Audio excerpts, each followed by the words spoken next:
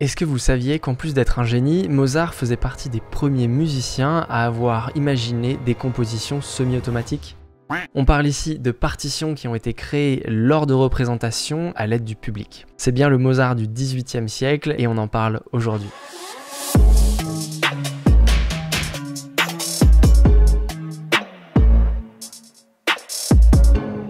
J'aimerais que vous ressortiez de ces quelques minutes ensemble en vous disant genre waouh, mais c'est tellement fou le design génératif, on peut l'utiliser dans plein de trucs, j'ai super envie de le mettre dans un de mes prochains projets. Les premières traces de création générée remontent à 1757 sous forme de jeux de dés musicaux. Et le plus connu de Musikalische Würfelspiele remonte à 1792 à Berlin et est attribué à titre posthume à Amadeus Mozart. Alors comment ça fonctionnait? C'était de la création semi-automatique, ce qui fait que les musiciens créaient en amont des partitions qui étaient découpées et qui plaçaient ensuite dans un tableau à double entrée. Pourquoi faire?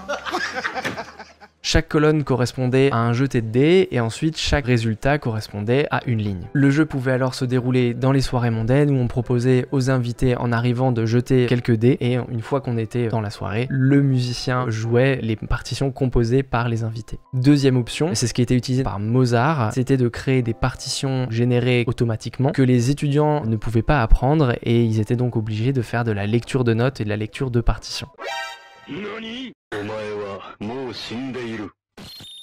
A few moments later. Deuxième saut dans le temps, on arrive dans les années 90. Le spirographe débarque et c'est aussi de la création générative. Vous choisissiez les roues crantées, la taille des roues, le stylo, vous le placiez là où vous vouliez dans la roue crantée. Globalement, vous étiez en train de créer un cadre, ce qui fait que toutes les créations de spirographe se ressemblent. Ce systématisme et cette cohérence entre les créations qui sortent d'un même système, c'est aussi une des particularités du design génératif. Rien à voir, mais avant notre troisième saut dans le temps, je vous invite à vous abonner à la chaîne, ça permet de me soutenir et si vous activez la petite cloche, évidemment, vous recevrez des notifications dès que je sors ma prochaine vidéo.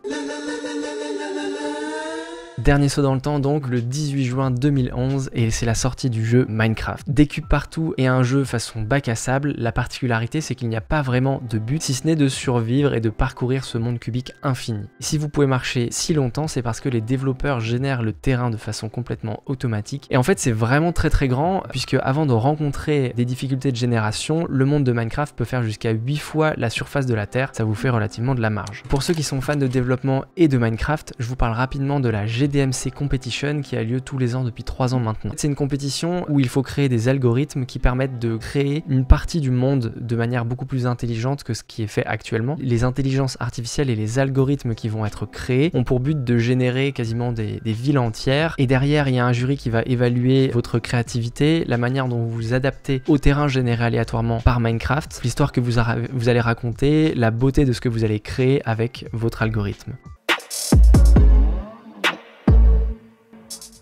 Alors, qu'est-ce que c'est que ce procédé génératif? Je vais vous faire un dessin, ce sera plus simple. Il y a notre idée, c'est pourquoi vous avez besoin de la création générative. Ensuite, le designer, qu'il soit musicien, graphiste ou architecte, il commence par créer son cadre en définissant des contraintes. Une manière de faire, des matériaux spécifiques, une couleur spécifique, des formes, peu importe. Il va donc créer la machine, son code souvent, l'outil qui va générer les formes et il lui intègre ses contraintes. Et cette machine, elle va donner un résultat. Le système crée des formes qui sont cohérentes entre elles tout en étant uniques. Du coup, le designer, il adapte sa machine quand les résultats lui conviennent pas, ou il modifie les contraintes si jamais il a la possibilité, mais souvent les contraintes sont bloquées, et c'est plutôt le code qui va modifier pour matcher avec les contraintes et arriver à un résultat satisfaisant visuellement. Et enfin, dernier petit point, parce que si vous vous intéressez au sujet, vous allez sûrement tomber dessus, la différence entre l'art génératif et le design génératif. De mon point de vue, c'est la même différence qu'entre l'art et le design. Le design génératif, c'est le fait d'utiliser de la création automatique pour résoudre un problème ou pour l'utiliser comme un élément de communication, un élément de langage, là où l'art génératif se suffit à lui-même quasiment. Assez parlé théorie, on passe tout de suite à la pratique. François Brumand, c'est un designer d'objets, un designer produit et son nom est revenu pendant que je travaillais sur la vidéo parce que j'ai eu la chance de le voir en conférence pendant mes études. La particularité de son travail, c'est qu'il utilise beaucoup de formes technologiques un peu novatrices pour le moment où il fait ses recherches dessus. Pour ce projet, Vase #44, il travaille sur de la captation audio qui va ensuite retranscrire en impression 3D, donc en volume, pour former des vases. Le principe, il est relativement simple, la voix est captée, il récupère l'onde sonore et ensuite il la transmet à un petit logiciel qui va la passer en 3D et ça lui permet de créer des séries de vases cohérentes. Chaque vase est complètement unique puisqu'on n'a pas les mêmes voix, on ne dit pas les mots de la même manière. Tout l'intérêt des recherches de François Brumand, c'est qu'il y a une sorte de dimension émotionnelle qui se crée entre l'objet et la personne qui en a été à l'origine, entre guillemets, même si entre-temps il y a eu cette création automatique.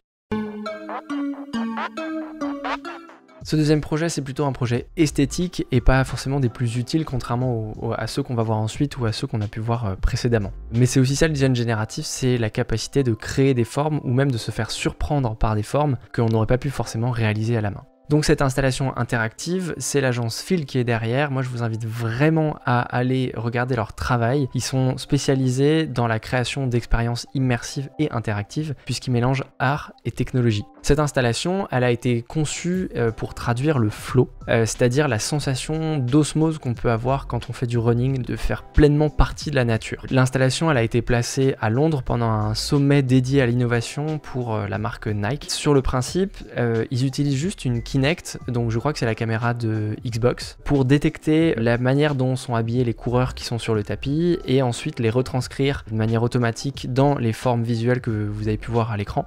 C'est comme je disais, pas le projet le plus utile, mais c'est l'un des plus beaux que j'ai pu voir aujourd'hui avec de la création générative, la création automatique. Donc je voulais vraiment vous le partager et vraiment, j'insiste, allez voir le travail de Field, c'est vraiment fou tout ce qu'ils font.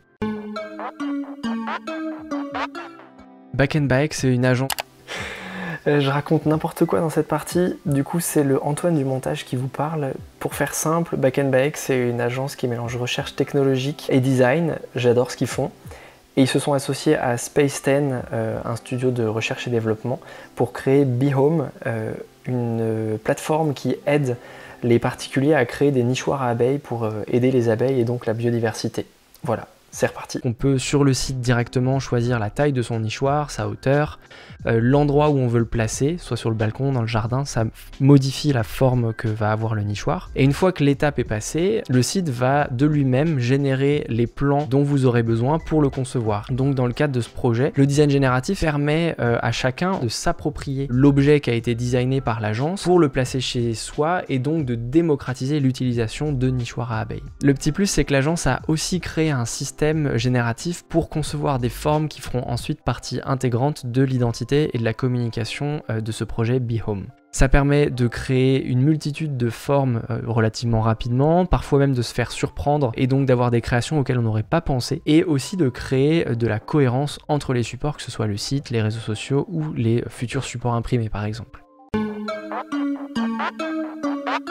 Dernier projet de cette vidéo, je vais vous parler de la société californienne Cover. Ils créent des maisons d'appoint, des sortes de dépendances, en utilisant, vous l'imaginez, des outils de conception génératifs. Pour ça, les clients commencent par répondre à un questionnaire comportant, je crois, jusqu'à une centaine de questions, et ils fournissent des informations sur leur style de vie, leurs préférences, les détails du lieu d'implantation, est-ce que ce sera en pente, ensoleillé, pas ensoleillé, etc. Le programme de la société intègre les données topographiques, les trajectoires du soleil. Une fois qu'on a récolté toutes ces informations, le logiciel fait une grosse tambouille, essaye des milliers de combinaisons possibles pour le terrain et les contraintes données, et ensuite les clients ont juste à sélectionner celui qui leur plaît le plus, et ensuite le personnaliser dans les détails, et faire en sorte que ça devienne vraiment quelque chose de complètement sur mesure, jusqu'au petit bouton qui tient la poignée par exemple. Dans ce cas, l'outil génératif il est utile pour, comme vous l'aurez compris, trouver la meilleure forme pour les contraintes données. C'est un point vraiment très important aussi du design génératif, c'est que ça permet de réaliser régulièrement des économies de matière, de temps et donc de coûts. C'est notamment le cas par exemple avec Airbus qui a travaillé sur l'allègement des portes d'avion tout en conservant la solidité et la sécurité, mais ils ont réussi à trouver des modèles pour que ce soit beaucoup plus léger et donc les avions sont plus légers, donc ils consomment moins de carburant, etc. etc. C'est donc vraiment important pour les évolutions, je pense, écologiques et économiques du futur. Vous avez pu le voir, c'est un sujet qui est extrêmement riche, extrêmement vaste, qui croise plein de thématiques et plein de domaines, que ce soit l'architecture, la robotique, l'ingénierie, le design graphique, le design d'objets, le design... Enfin bref, vraiment beaucoup de choses. Du coup, il y avait une foultitude de projets à vous présenter. J'ai dû faire une sélection qui est drastique pour condenser la vidéo. Mais évidemment, si il y a des projets qui vous intéressent, n'hésitez pas à les mettre en commentaire. Je regarderai tout ça et ça pourra faire le thème d'une prochaine vidéo. J'ai aussi mis quelques projets que j'ai écartés dans la description. Merci également à l'accueil que vous avez fait à ma première vidéo, je suis ravi, ça donne envie d'en faire plein d'autres. Je vais essayer d'aller de plus en plus vite pour trouver des thématiques et écrire des vidéos. En tout cas, ça fait très chaud au cœur, je suis ravi d'être là. Je vous dis à très vite, ciao.